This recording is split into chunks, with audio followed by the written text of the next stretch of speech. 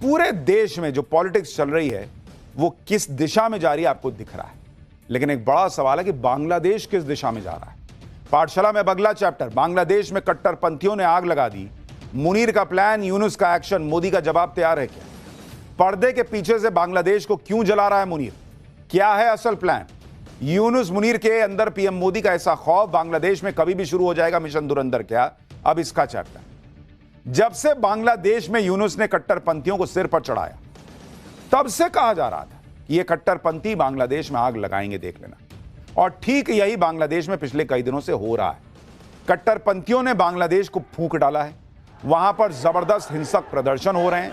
भारत विरोधी, हिंदू विरोधी भीड़ सड़कों पर आ चुकी है। अखबारों के दफ्तर जलाए जा रहे हैं। जो भी भारत की बात कर रहा है, जो भी हिंदुओं की बात कर रहा है, उस पर अटैक हो रहा है। जब तक शेख हसीना बांग्लादेश में थी तब तक यह सब नहीं होता था, लेकिन यूनुस के आते ही कट्टरपंथियों का राज बांग्लादेश में बढ़ता चला गया। ऊपर से पाकिस्तान भी अब बांग्लादेश से सट गया है। इधर मुनीर, उधर यूनुस, दोनों ने मिलकर बांग्लादेश को जलाने में कैसे अपने हाथ जो हैं वो आगे बढ़ा दिए हैं। मुनीर यूनुस का असल प्लान क्या है, नरेंद्र मोदी इसका क्या जवाब देंगे, आज सब आपको बताऊंगा। बांग्लादेश जिन कट्टरपंथियों के हाथ में चला गया है, वो कट्टरपंथी भारत के खिलाफ जहर उगलते हैं। हिंदुओं से, सनातन से इन्हें नफरत है, वो दिखता है। और इसी जहर और नफरत में ये कैसे बांग्लादेश में हिंदुओं को टारगेट कर रहे हैं। बांग्लादेश में भड़की हिंसा में पहला टारगेट हिंदू अल्पसंख्यक और भारत है। और उसके अलावा वो सभी लोग कट्टरपंथियों के निशाने पर आ चुके हैं जो इन कट्टरपंथियों की आंखों में खटकते हैं। बांग्लादेश का हाल यह है कि कट्टरपंथियों की भीड़ ने बांग्लादेश के उन बड़े अखबारों को निशाना बनाया जो यूनुस की कट्टरपंथी सरकार की नीतियों के खिलाफ बिना डरे खबरें छाप रहे थे। देखिए, अब अखबार का ऑफिस जला दिया भाई। ये तस्वीरें ढाका में बांग्लादेश के सबसे बड़े अंग्रेजी अखबार डेली स्टार के हेड ऑफिस की है, जहां कट्टरपंथियों की भीड़ ने आग लगा दी। 30 से ज्यादा पत्रकार बिल्डिंग के अंदर फंस गए, जिन्हें सेना के दखल के बाद बचाया जा सका। कट्टरपंथियों ने इसी तरह अंग्रेजी अखबार न्यू एज के एडिटर नूरुल कबीर को घेर कर उन पर हमला कर दिया, जो बांग्लादेश में छपने वाले अखबारों की संस्था एडिटर्स काउंसिल के अध्यक्ष भी हैं और यूनुस सरकार को उसकी नीतियों के लिए अक्सर घेरते रहते हैं।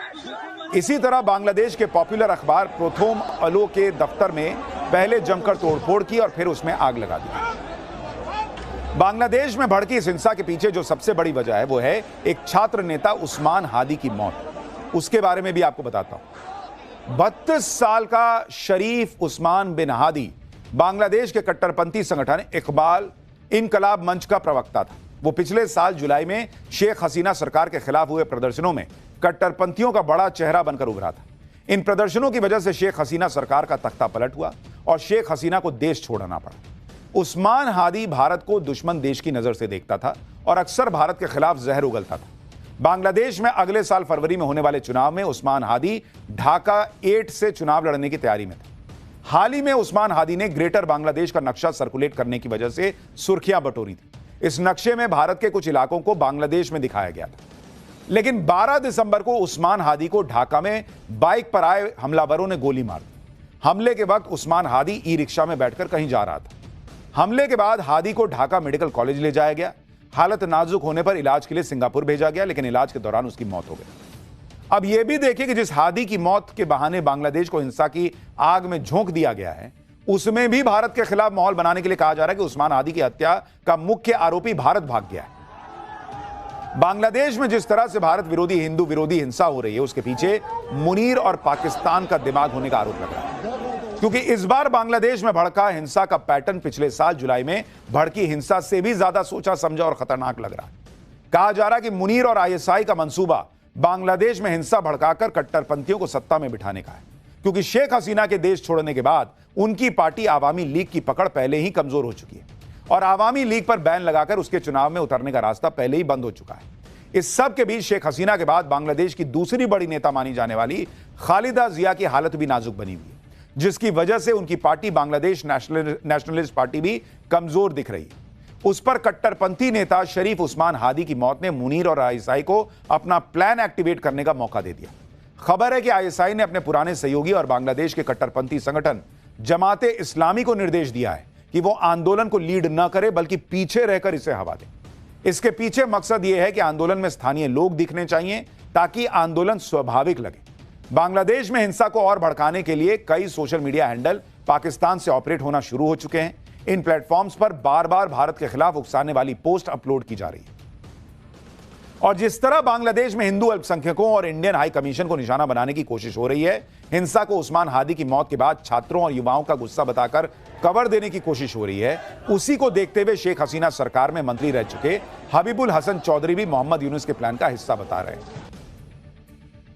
शेख हसीना सरकार में मंत्री रह चुके मुहिबुल हसन हिंसा को पहले से तय प्लान इसलिए बता रहे हैं क्योंकि हिंदू अल्पसंख्यकों और यूनुस सरकार की पोल खोलने वाले मीडिया के बाद निशाने पर उनकी पार्टी आवामी लीग।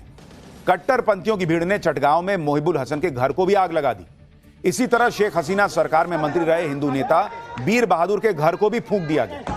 ढाका में शेख हसीना के पिता और बांग्लादेश के जनक माने जाने वाले शेख मुजीबुर रहमान के घर पर भी कट्टरपंथियों ने तोड़फोड़ और आगजनी की। पिछले साल हुई हिंसा में भी इस घर में तोड़फोड़ हुई थी और इस बार घर के बचे हुए हिस्से को भी तोड़ दिया।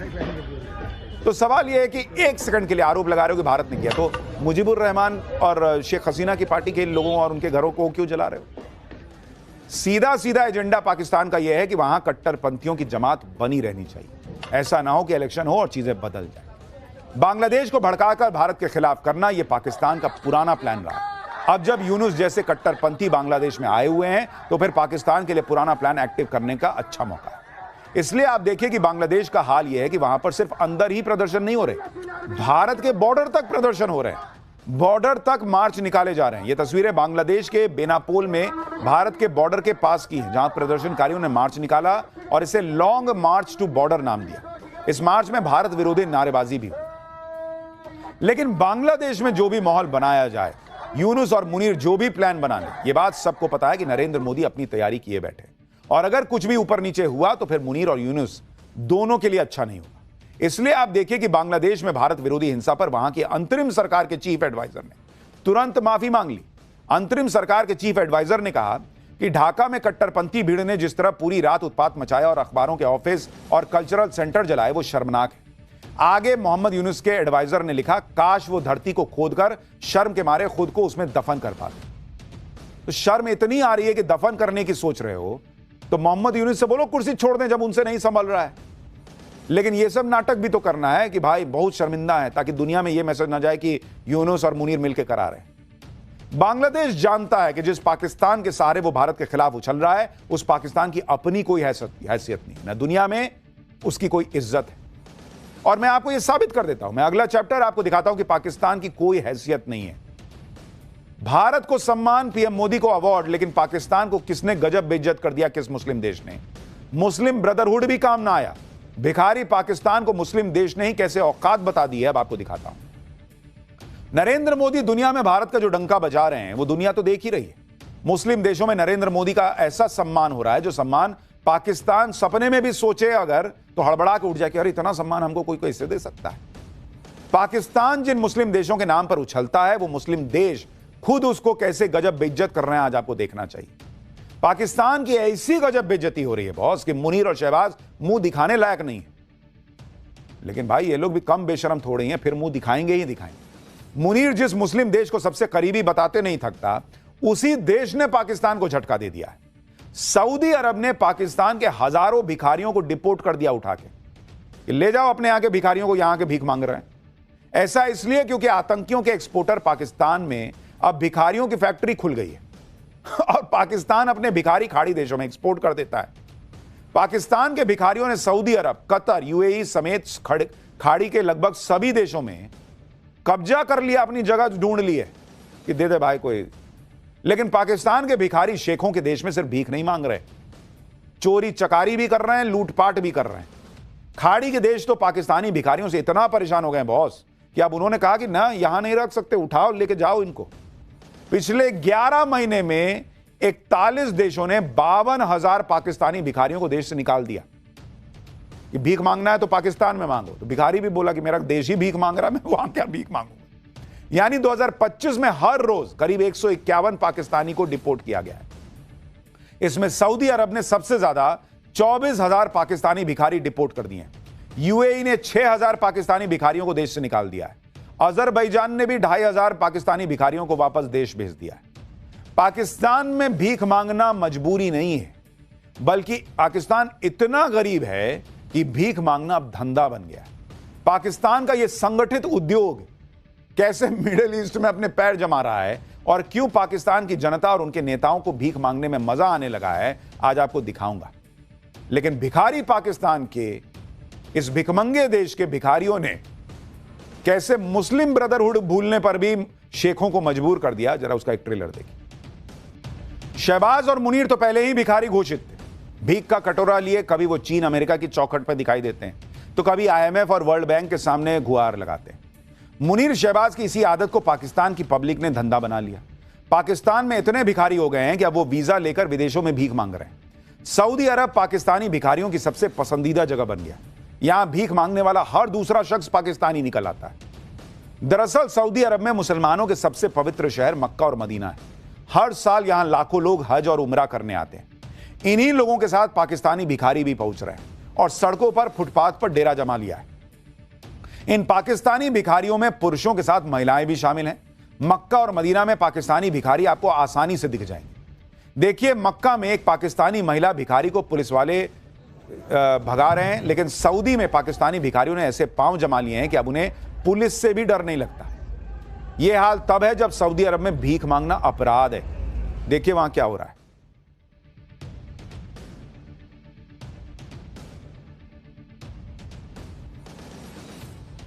अब सऊदी अरब ने पाकिस्तानी भिखारियों से निपटने के लिए उन्हें डिपोर्ट करना शुरू कर दिया है। आप भी देखिए कि सऊदी अरब में पाकिस्तानी भिखारी कितनी बेशर्मी से भीख मांगते हैं, वो सामने दिखने लगा है। पाकिस्तान के भिखारियों को डिपोर्ट किए जाने की खबर पाकिस्तानी चैनलों की हेडलाइन बन रही है। जो चैनल्स अभी तक सऊदी अरब को अपना बिरादर बताते थे, देखिए अब वही पाकिस्तानी चैनल सऊदी अरब के इस एक्शन पर छाती पीट रहे हैं। पाकिस्तान में भीख मांगना इतना ऑर्गेनाइज्ड धंधा बन गया है कि अब ये लोग ग्रुप बनाकर विदेश जाते हैं। इन लोगों का काम ही भीख मांगना है। आप देखिए कि भारत के इंजीनियर, डॉक्टर, प्रोफेशनल्स वीजा लेकर विदेश में लाखों डॉलर के पैकेज पे नौकरी करने आते हैं। पाकिस्तान के भिखारी वीजा लेकर भीख मांगने जाते हैं। भाई, सऊदी अरब सरकार ने पाकिस्तान को चेतावनी दी है कि भाई तुम भिखारियों को भेजना बंद करो। उधर यूएई ने भी ज्यादातर पाकिस्तानी नागरिकों पर वीजा प्रतिबंध लगा दिया है, जिसके बाद पाकिस्तान में 66,154 भिखारियों को एयरपोर्ट पर पकड़ लिया गया।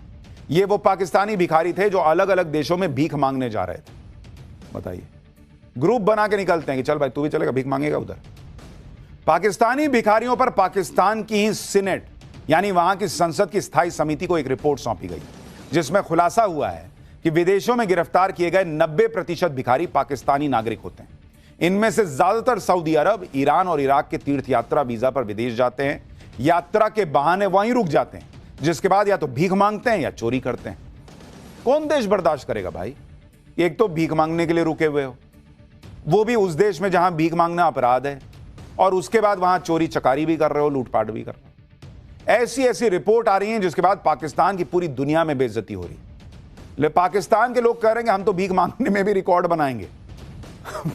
पाकिस्तानियों को भीख मंगा सुनने की या भीख मांगने की ऐसी आदत हो गई है कि अब वो खुद ही कह रहे हैं कि भीख मांगने में भी पाकिस्तानी ही रिकॉर्ड बनाएंगे। सऊदी अरब में पाकिस्तानी भिखारियों की सबसे ज्यादा कमाई होती है, इसलिए सबसे ज्यादा पाकिस्तानी भीख मांगने सऊदी अरब जाते हैं। पाकिस्तानी भिखारियों की दूसरी पसंद अजरबैजान, कतर और दुबई है। कंबोडिया, म्यांमार, थाईलैंड जैसे देशों में भी पाकिस्तानी भिखारी पहुंचते हैं, क्योंकि इन देशों में खाड़ी देशों के मुकाबले सख्ती थोड़ी कम है। मतलब इनके भी जैसे भारतीयों के पास तो पैसा है, वो तो टूरिस्ट की तरह घूमने जाते हैं। इनका अपना भीख मांगने का डेस्टिनेशन है, कहां कहां ज्यादा पैसा मिलेगा। पाकिस्तानी भिखारियों को डिपोर्ट किए जाने की खबर दुनिया भर में सुर्खियां बनी हुई। ऐसी बेइज्जती हो रही है कि पाकिस्तान की जनता को दुनिया भर में भिखारी कहा जा रहा है, ताने मारे जा रहे हैं। लेकिन पाकिस्तान में इसका कोई ज्यादा असर नहीं है, क्योंकि भीख मांगने में उनके प्रधानमंत्री यानी शहबाज शरीफ सबसे ज्यादा माहिर है। भाई, जिस देश का प्रधानमंत्री मान रहा हो कि वो जहां जाता है लोग कहते हैं ये मांगने आया होगा, ये आया होगा मांगने आया होगा, उस देश के आम लोग अगर भीख मांगने के लिए दूसरे देशों में जा रहे हैं तो इसमें क्या आश्चर्य की बात है। और ऐसा देश है कि इतनी बेइज्जती के बाद भी सुधरता नहीं। पाकिस्तान के रक्षा मंत्री ख्वाजा मोहम्मद आसिफ ने इस साल अप्रैल में मिडिल ईस्ट देशों में रह रहे पाकिस्तानी भिखारियों से जुड़ा एक डेटा शेयर किया था। ख्वाजा आसिफ ने कहा था कि अकेले सऊदी अरब में कम से कम 4,700 पाकिस्तानी भिखारियों को डिपोर्ट किया है। यह भी बताया था कि पाकिस्तान में लगभग 2 करोड़ 20 लाख भिखारी हैं। ये पाकिस्तान में जो सालाना कम से कम 42 अरब रुपए कमाते हैं। बताइए, भिखारियों के इस आंकड़े पर पाकिस्तान की टीवी चैनल्स में डिबेट तक हुई है भाई। लोग चर्चा करने लगे हैं भाई कि जिन्ना ने क्या भिखारियों के लिए अलग से देश लिया था क्या, कि सब इधर एक साथ रहेंगे भाई, उधर हिंदुस्तान आगे बढ़ेगा, इधर अपन भिखारी लोग रहेंगे। पाकिस्तान के लोग भीख मांगने सऊदी अरब, कतर ऐसे देशों में क्यों जाते हैं वो आपको बताता हूं। मार्च 2025 में शारजा में एक पाकिस्तानी शख्स पकड़ा गया था जिसके पास 14,000 दिरहम यानी 3 लाख रुपए मिले। उसने पुलिस को बताया कि 3 दिन में भीख मांगकर इतने पैसे उसने जमा किए, यानी उस पाकिस्तानी भिखारी की एक दिन में 1 लाख रुपए की कमाई हुई। इससे पहले दुबई में 127 पाकिस्तानी भिखारियों को पकड़ा गया था। इनके पास से पुलिस को 50,000 दिरहम यानी 11 लाख रुपए मिले थे। वहीं शारजा पुलिस ने भी 107 भिखारियों को इस साल के शुरुआत में गिरफ्तार किया था। शारजा में गिरफ्तार किए गए पाकिस्तानी भिखारियों के पास से 11 लाख रुपए मिलने की खबर आई थी। पाकिस्तान के भिखारियों का एक ठिकाना मलेशिया भी है। मलेशिया में भी इस साल 41 पाकिस्तानी भिखारी वापस भेजे थे, जिसमें 26 महिलाएं थी। कितने खुल के हंसते हंसते बता रही, भीख मांग के फ्लैट बना लिया, घर बना लिया, अमीर हो गए। ऐसा ही देश है पाकिस्तान बॉस।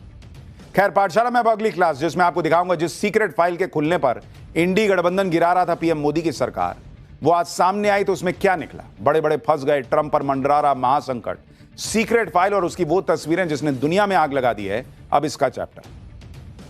भारत में नरेंद्र मोदी के खिलाफ माहौल बनाने के लिए कभी जेनजी को भड़काने की कोशिशें होती हैं, कभी बांग्लादेश जैसी आगजनी भारत में होने की धमकी दी जाती है, कभी सड़क पर हंगामे की